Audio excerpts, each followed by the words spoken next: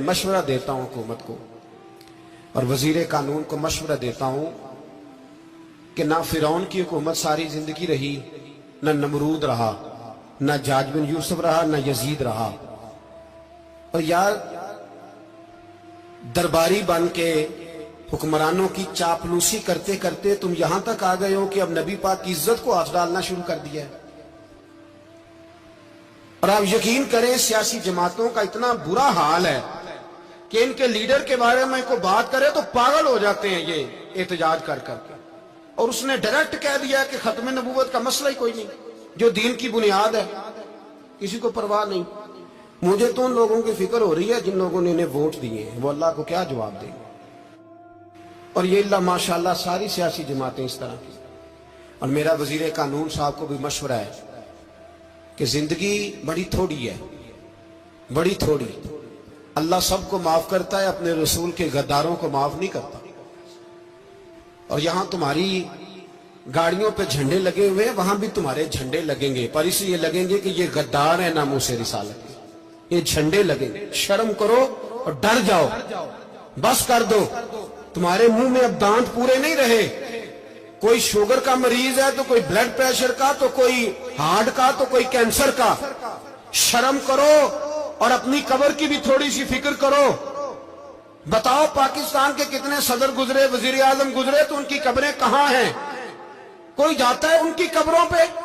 किसी को खबर है? क्यों अपने लिए जहन्नम इकट्ठी करते? सारा कुछ दुनियादारी रह गई है, सारा कुछ सिर्फ यही रह गया। हजरत अबू बकर सरदार थे, हजरत उमर सरदार थे कबीले, हजरत उस्मान सरदार थे। उन्होंने सरदारियों को ठोकर मार के रसूलुल्लाह के कदमों में बैठना पसंद किया।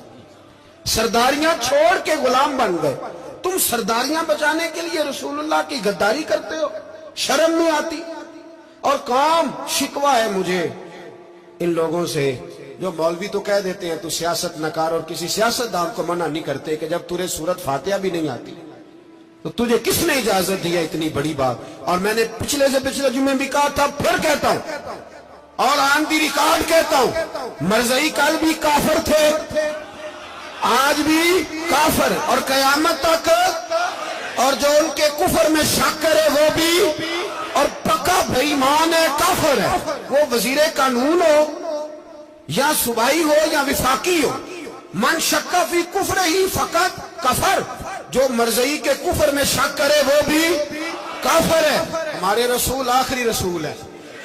हम किसी को ये इजाजत नहीं देंगे कि वो खत्म नबूवत में रखड़ा डालने की कोशिश करे।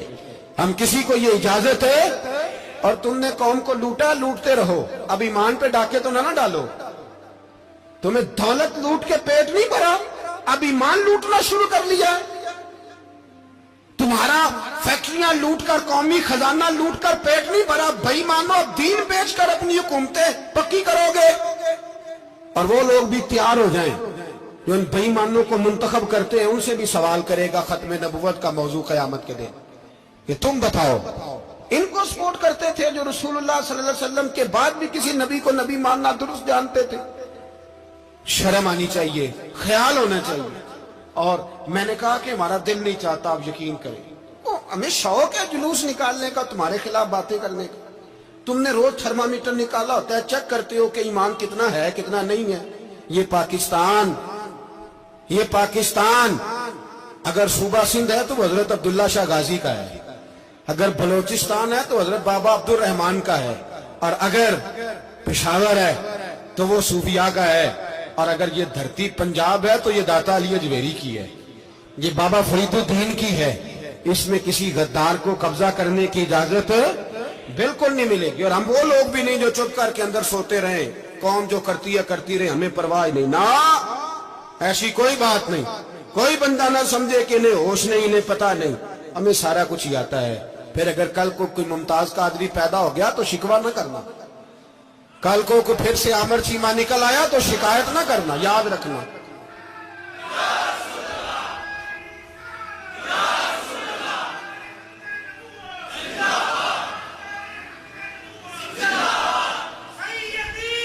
तो मेरे भाई खोल के बोल, या नबी रसूल के बोल।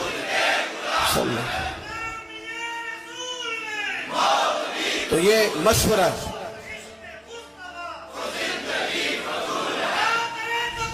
جزاک اللہ.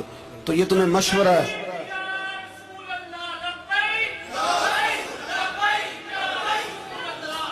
میری بات سنیں، یاد رکھیں، یہ لوگ بعد میں پچھتاتے ہیں، پھر مناظرے کراتے پھرتے ہیں، اس نے صحیح کیا کہ غلط کیا، پھر انہیں ہوش آتی ہے بعد میں، پھر ان کے ہواری نکل نکل کے میدانوں میں دلیلیں دیتے ہیں.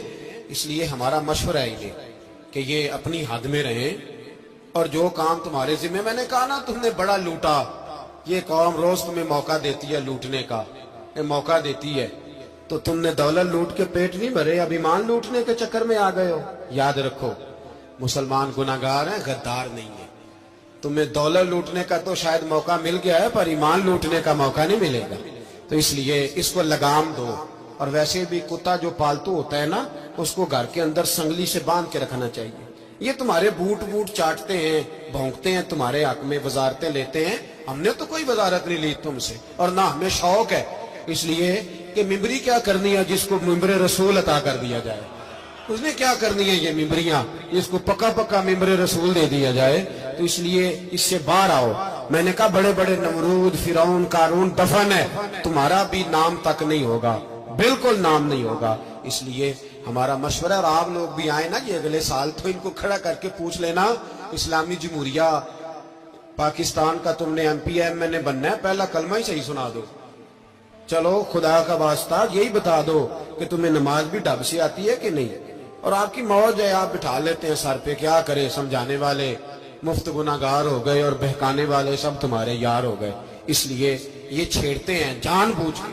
اور پھر جب کوئی ممتاز قادری علیہ رحمہ پیدا ہوتے ہیں، پھر انہیں دشواری ہوتی ہے، پھر ان کا جینا مشکل ہو جاتا ہے. یہ موقع دیتے ہیں، پتہ نہیں کس کے ایجنڈے پہ عمل کر رہے ہیں. میرا سوال یہ ہے، میں نے پچھلے جمعے پھر میرا سوال ہے کہ میں پوچھتا ہوں، اس آدمی کو ضرورت کیا ہے ختم نبوت پر بات کرنے کی؟ جب امت مسلمہ کے متفق کا فیصلہ ہے کہ مرزائی کافر، اسمبلی نے بل پاس کر دیا کہ مرزائی ان کو اقلیت قرار دے دیا، اور جب سے وہ اقلیت بنے نا، ہم نے ان کی عبادت